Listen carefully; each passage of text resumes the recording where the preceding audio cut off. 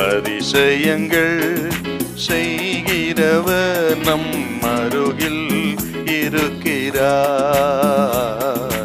அற்புதங்கள் செய்கிறவர் என்றும் நமக்குள் வசிக்கிறார்.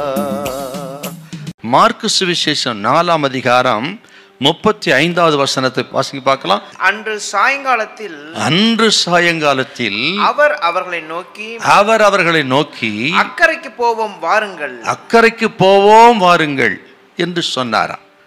இந்த சீஷர்கள் ஆண்டவர் வார்த்தைக்கு கீழ்ப்படிந்து படகு எடுத்துக்கொண்டு போனார்கள். ஆண்டவர் சொன்னார், படகு எடுத்துக்கொண்டு அக்கறைக்கு போங்கள்.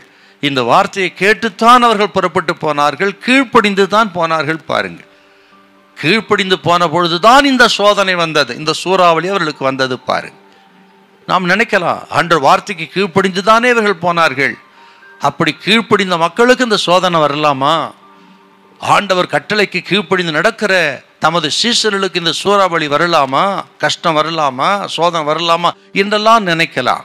புயலுங்கிறது சீஷர்கள் வாழ்க்கையில ஆக 2 விதமான புயலை தேவன் அனுமதிக்கிறார். நமது வாழ்க்கையில் அப்படித்தான் 2 விதமான புயல் உண்டு.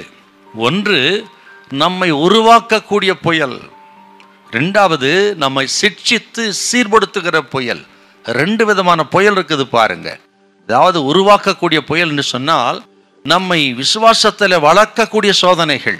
சில நேரங்களில் நாம் தவறு செய்யும் பொழுது, தவறி போகும் பொழுது நம்மை பாதையை மாற்றுவதற்கு, சீர்படுத்துவதற்கு சிட்சிக்கக்கூடிய புயலை அனுப்புவார், சோதனைகள் அனுப்புவார். பாருங்க, அப்படி நமது வாழ்க்கையில ஆண்டவர் 2 விதத்துல சோதனைகளை அனுமதிக்கிறார். பாருங்க, இதை கேட்கிற உங்களுக்கு ஆண்டவர் சொல்லுகிறார், ஒருவேளை அநேக சோதனை வழியா கடந்து போகலாம், நீங்க போராட்டங்கள் வழியா கடந்து போகலாம், இது ஏன் இந்த சோதனை என்று திகைக்கலாம். கர்த்தர் சொல்லுகிறார், இந்த 2 காரியம் தான் நடக்கும். உங்களை உருவாக்கி கொண்டிருக்கிறார், அல்லது உங்கள் தவறை சீர்படுத்த, சரி செய்ய, சிட்சித்து உங்களை சீர்படுத்தி கொண்டிருக்கிறார் என்று விசுவாசிங்க. எபிரேயர் 12ஆம் அதிகாரத்துல 5-6 தகப்பன் தன் புத்திரனை சிட்சிக்கிறது போல ஆண்டவர் சிட்சிக்கிறார். அதுக்காகத்தான் சில சோதனை அனுப்புவார். இதை கேட்கிற கர்த்தருடைய பிள்ளைகளே, சொந்து போகாதீங்க, தவறுகளை சீர் செய்து கொள்ளுங்கள், திருத்தி கொள்ளுங்க. உங்க யாத்திரை இன்பமா இருக்கும். கர்த்தர் உங்களை கைவிடவே மாட்டார்.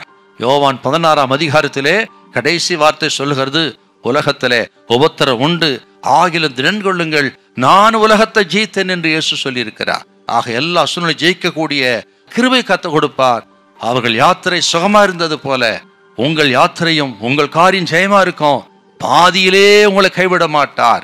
சீஷர்களை கடலிலே பாதியிலே கைவிடவில்லை. பாருங்க, அந்த யாத்திரையை முடிக்கும்படி செய்த ஆண்டவர் உங்களை பாதியில கைவிட மாட்டார், பாதி வயதில் எடுத்துக்கொள்ள மாட்டார். முற்றுமுடிய ரட்சிக்க வல்லவராகி தெய்வம் காரியத்தை வாய்க்க பண்ணுவார். எனக்காக யாவன் செய்து முடிக்கிற ஆண்டவர் எல்லாரும் செய்து முடிப்பான்னு விசுவாசிங்க.